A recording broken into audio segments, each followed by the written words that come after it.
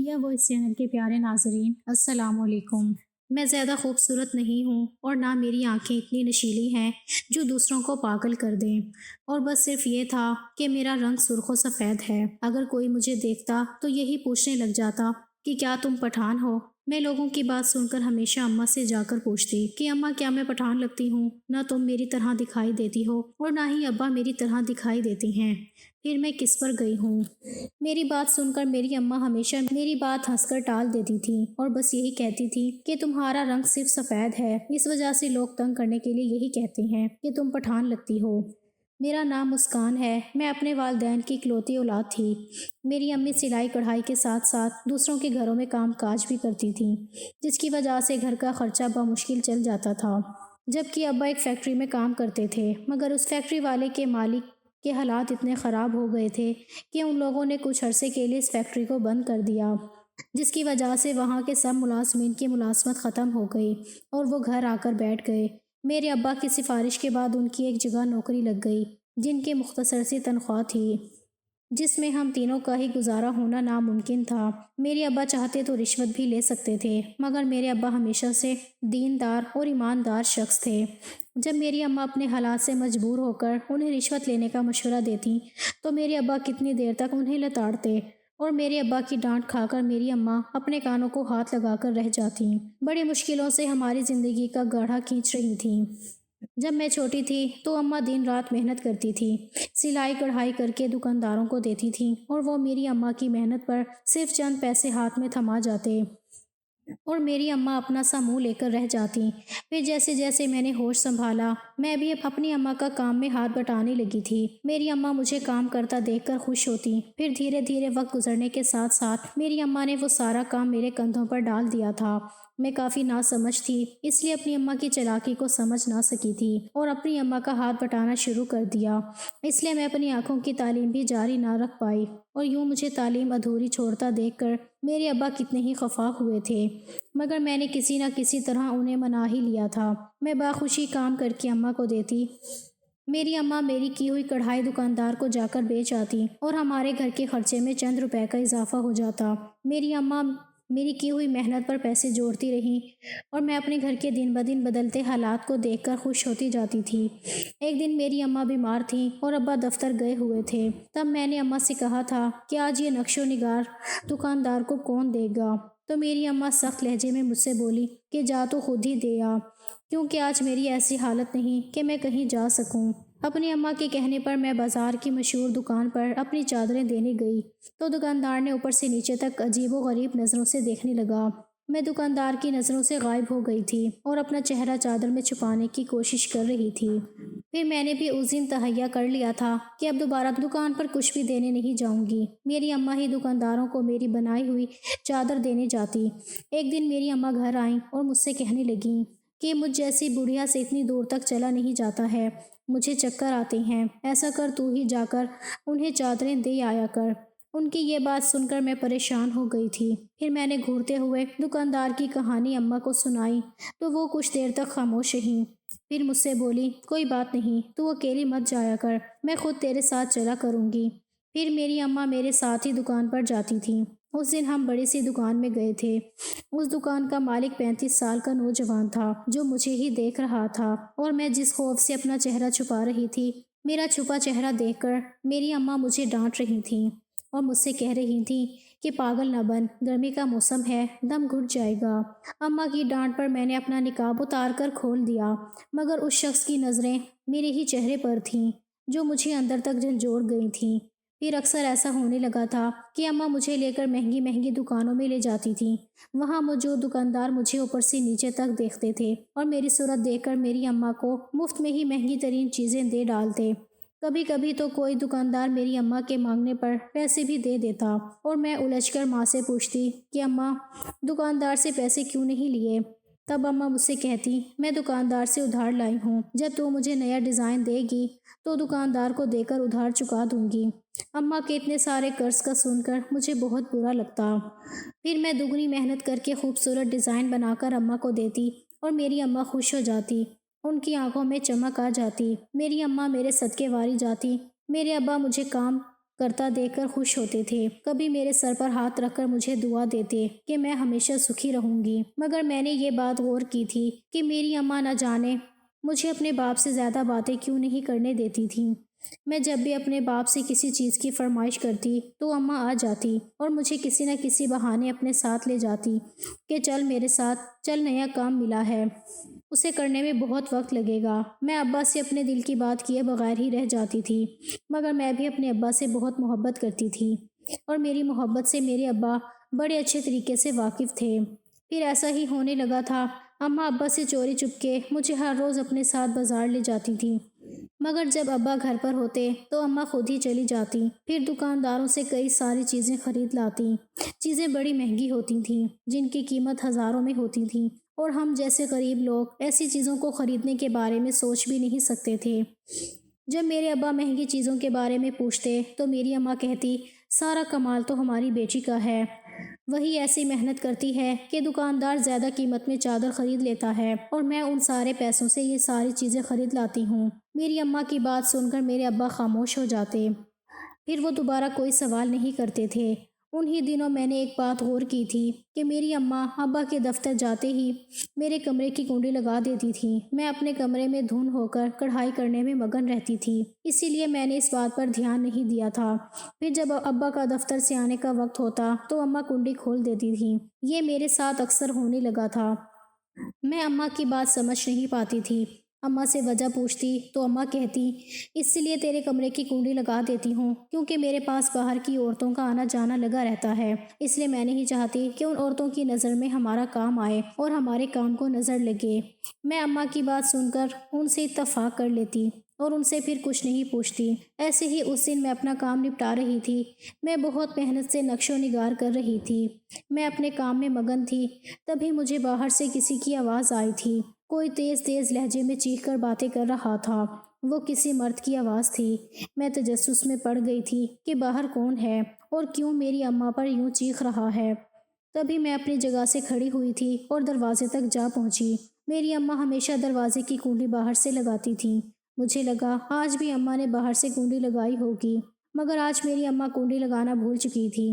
شاید اس لیے میں نے دروازہ اندر کی طرف کھینچا تو وہ کھلتا چلا گیا تھا۔ میں خوش ہو کر باہر نکل آئی، مگر باہر کا منظر دیکھ کر میری روح کانپ اٹھی تھی۔ میں جو سمجھ رہی تھی کہ میری اماں اور ابا کے درمیان جھگڑا چل رہا ہے، باہر تو میرے ابا نہیں تھے، وہاں تو کوئی اور ہی موجود تھا۔ وہ میری اماں سے جھگڑ رہا تھا، میری اماں کو گالیاں بک رہا تھا اور میری اماں اسے کچھ سمجھانے کی کوشش کر رہی تھی۔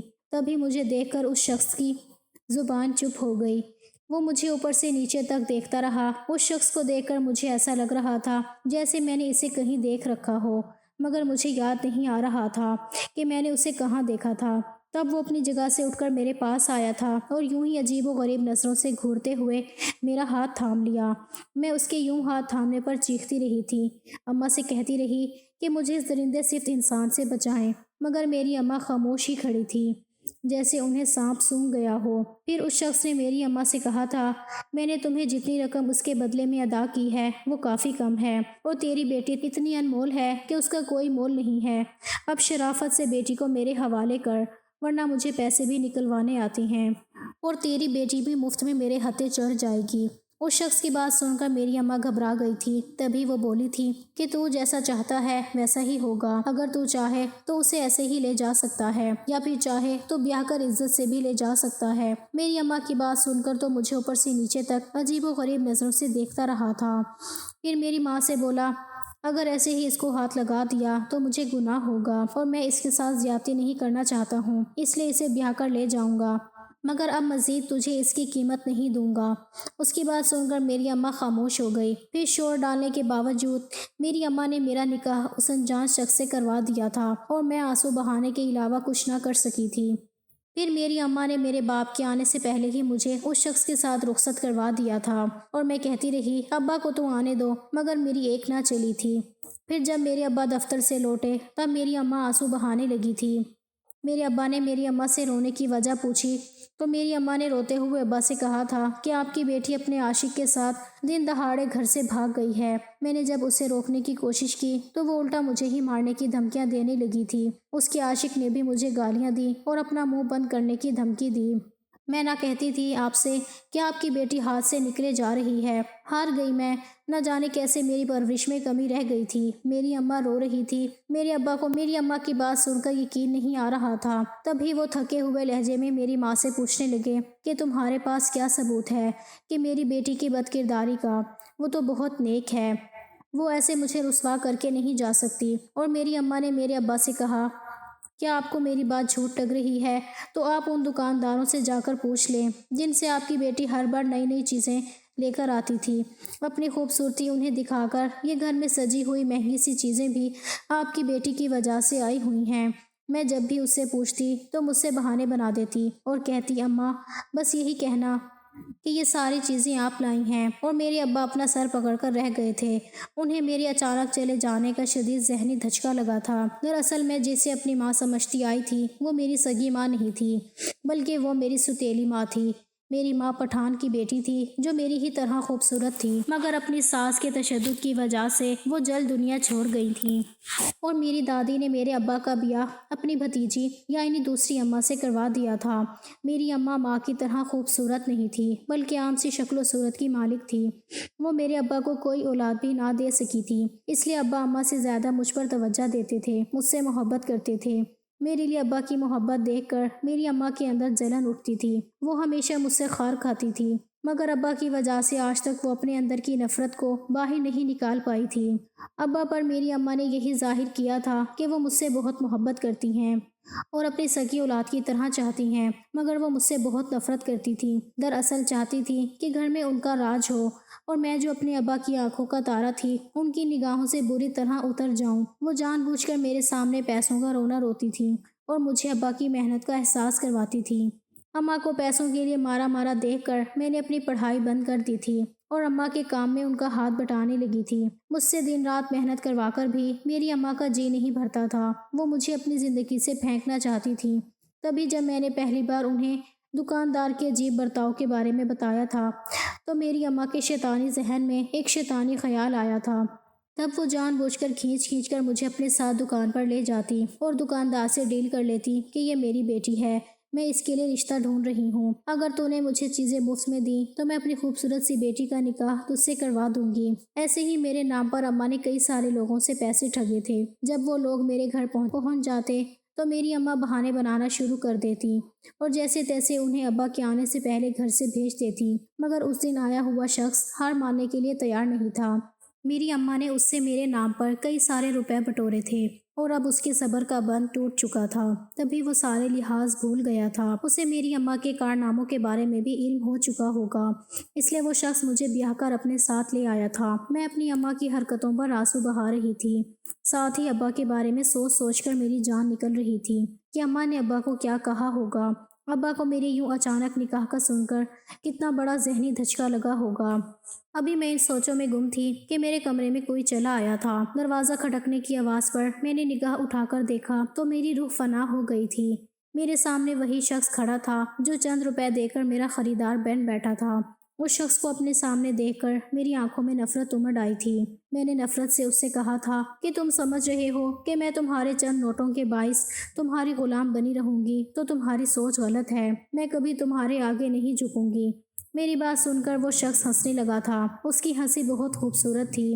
ایک پل کے لیے میں الجھ گئی تھی، مگر میں نے خود کو سنبھال لیا تھا۔ پھر وہ اپنی ہنسی پر روکتا ہوا مجھ سے کہنے لگا کہ کون کمبخت تمہیں یہاں غلام بنانے لایا ہے؟ تم تو ہمیشہ سے میرے دل کی ملکہ تھی اور رہو گی۔ میں اس شخص کی بےہودہ باتیں سن کر نفرت سے اسے دیکھنے لگی۔ میرا دل چاہ رہا تھا کہ اپنی اماں کے ساتھ اس کا بھی قتل کر دوں۔ تب اس نے کہا تھا کہ تم اپنے سارے خدشات بھول جاؤ، میں چاہتا تو تمہیں ویسے بھی استعمال کر کے پھینک سکتا تھا، مگر میں نے تم سے نکاح کرنے کو ترجیح دیا تاکہ میرے علاوہ کوئی تمہیں اور میلی نگاہ سے نہ دیکھے۔ میں تم سے محبت کرتا ہوں، اس لیے تمہیں اپنا نام دیا۔ مجھے اس شخص کی ساری باتیں فضول لگنے لگیں۔ پھر میری اجازت کے بغیر وہ مجھ پر اپنا حق استعمال کرتا اور میں اپنی اماں کی خود کے ساتھ کی گئی زیادتیوں پر آنسو بہاتی رہی تھی۔ وہ شخص جس کے میں نام سے بھی ناآشنا تھی۔ اس کا نام آفتاب تھا۔ اس کی مارکیٹ میں بڑے سے کپڑوں کی دکان تھی اور اس نے پہلی بار مجھے اپنی ہی دکان میں دیکھا تھا۔ مجھے دیکھتے ہی وہ میرا دیوانہ ہو چکا تھا۔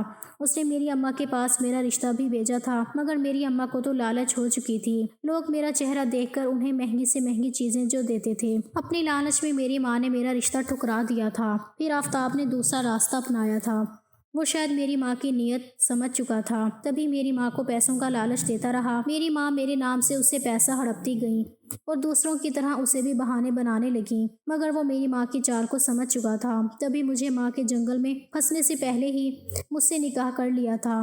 دوسری صبح میں اپنی برباد زندگی کا ماتم بناتے ہوئے آنسو بہا رہی تھی، تبھی میرا شوہر میرے پاس آیا اور میرا ہاتھ تھام کر نرمی سے کہنے لگا، تم میرے پاس اپنے گھر سے بھی زیادہ محفوظ ہو۔ اگر تم کچھ دن مزید اپنے گھر میں رہتی تو تمہاری ماں تمہیں لوگوں کے استعمال کرنے کے لیے چھوڑ دیتی۔ میں اپنے شوہر کی بات سن کر نفرت سے رخ موڑ گئی۔ مجھے اپنے بابا کی بہت یاد ستا رہی تھی۔ تبھی میں نے یہ طے کر لیا تھا کہ میں ان سے مل کر انہیں ساری سچائی بتا دوں گی۔ میرے شوہر کے جانے کے بعد میں چادر اوڑھ کر گھر سے نکل گئی تھی۔ آدھے گھنٹے میں اپنے گھر میں موجود تھی۔ مجھے دیکھ کر میری ماں کی آنکھیں سرخ ہو چکی تھیں۔ میری ماں مجھے دیکھ کر ایک دم سے شور ڈالنے لگی تھیں، کہنے لگی کہ تو یہاں کیا لینے آئی ہے؟ پہلے ہی اپنے عاشق کے ساتھ بھاگ کر ہمارے منہ پر کالک مل دی اور اب بڑی دیدہ دلیری سے منہ اٹھا کر چلی آئی ہے۔ میں اپنی ماں کی باتیں سن کر چکرا کر رہ گئی تھی۔ مجھے یقین نہیں ہو رہا تھا یہ میری ہی اماں ہے جو مجھ سے دن رات بے تحاشا محبت کے دعوے کرتی رہتی تھی، اور اب میری غلطی ہونے کے باوجود وہ مجھے ہی الزام دے رہی تھیں۔ میں اپنی صفائی میں بہت کچھ کہنا چاہتی تھی، مگر دوسری طرف میرے ابا باہر سے آئے تھے اور مجھے ایک زوردار تھپڑ مار دیا۔ میں حیرانی سے اپنے پیارے ابا کو دیکھنے لگی تھی۔ تبھی میرے ابا نے میرا ہاتھ پکڑا اور مجھے گھر سے نکال دیا۔ میں شور مچانے لگی۔ تبھی میرے ابا نے میرے منہ پر دروازہ مارنے سے پہلے مجھے نفرت سے کہا تھا، تو میرے لیے مر چکی ہے اور میں تیرے لیے، اب تو کبھی اس گھر میں قدم مت رکھنا۔ میں اپنی صفائی میں ایک لفظ تک نہ کہہ سکی تھی۔ جن قدموں سے آئی تھی ویسے ہی واپس مڑ گئی تھی، مگر میرے اندر میری اماں اور اس شخص کی نفرت اس قدر بھر چکی تھی کہ جی چاہ رہا تھا ان دونوں کو ہی قتل کر دوں۔ کچھ دن ایسے ہی گزرتے گئے۔ میرا شوہر میرا بہت دھیان رکھتا تھا۔ مجھے اپنے گھر کی طرح اپنے شوہر کے گھر میں کام بھی نہیں کرنا پڑتا تھا۔ میں دن بھر فارغ رہتی اور میرے ذہن میں عجیب وسوسے آتے رہتے۔ کبھی جی چاہتا چھت سے چھلانگ لگا دوں تو کبھی جی چاہتا پنکھے سے لٹک جاؤں، پھر خود ہی جھرجھری لے کر اپنے خیالات کو جھٹک دیتی۔ ایسے ہی ایک دن میں بازار گئی تھی۔ گھر کا راشن ختم ہو چکا تھا اور میں نے اپنے شوہر کو راشن کبھی نہیں کہا تھا، اسی لیے پھر میں خود ہی گھر سے تنہا نکل کر پیدل چل چکی تھی۔ بازار سے اپنے گھر کا راشن خرید کر میں واپس لوٹ رہی تھی، تبھی کوئی پیچھے سے آیا اور میری کلائی تھام کر مجھے اپنے ساتھ گھسیٹتے ہوئے لے جانے لگا۔ وہ آدمی مجھے اور میری اماں کو گالیاں بکتے ہوئے کہنے لگا، تیری اماں نے مجھ سے تیرا سودا کیا تھا اور اب جو میں تجھے ڈھونڈتے ہوئے تیرے گھر پہنچا تو تیری ماں بہانے بنانے لگی۔ آج تو کسی نہ کسی طرح اپنی پیاس بجھا کر ہی رہوں گا، تجھے حاصل کر کے ہی رہوں گا، ورنہ تیری ماں کو گولی سے اڑا دوں گا۔ میں اس شخص کی بات سن کر دہل سی گئی تھی، وہ نہ جانے کہاں لے جا رہا تھا۔ تبھی وہاں میرا شوہر چلا آیا اور اس شخص کے جبڑے پر ایک زوردار مکہ جڑ دیا۔ وہ شخص بلبلا کر میرے ہاتھ چھوڑنے پر مجبور ہوا تھا۔ پھر میرے شوہر نے اسے لاتیں گھوسے مار کر اس کا برا حال کر دیا۔ پھر یوں ہی غصے میں وہ میرا ہاتھ کھینچ کر مجھے گھر لے آیا اور مجھ سے سختی سے کہنے لگا کہ آئندہ میں تنہا باہر نہ نکلوں۔ میں اس کی بات کا کوئی جواب نہ دے سکی کیونکہ میرے حواس گم ہو چکے تھے۔ مجھے نہیں پتا تھا کہ میری اماں نے میرے لیے اتنا بڑا گھڑا کھود رہی تھیں۔ جب احساس ہوا تو مجھے اس شخص کی بھی قدر ہونے لگی جس کی بدولت آج میں عزت سے سر اٹھا کر جی رہی تھی۔ پھر میں نے بھی طے کر لیا تھا کہ میں آج سے اس شخص کی وہی عزت دوں گی جیسے ایک بیوی کو اپنے شوہر کی عزت کرنی چاہیے، اس سے ویسے ہی محبت کروں گی جیسے وہ مجھ سے کرتا ہے۔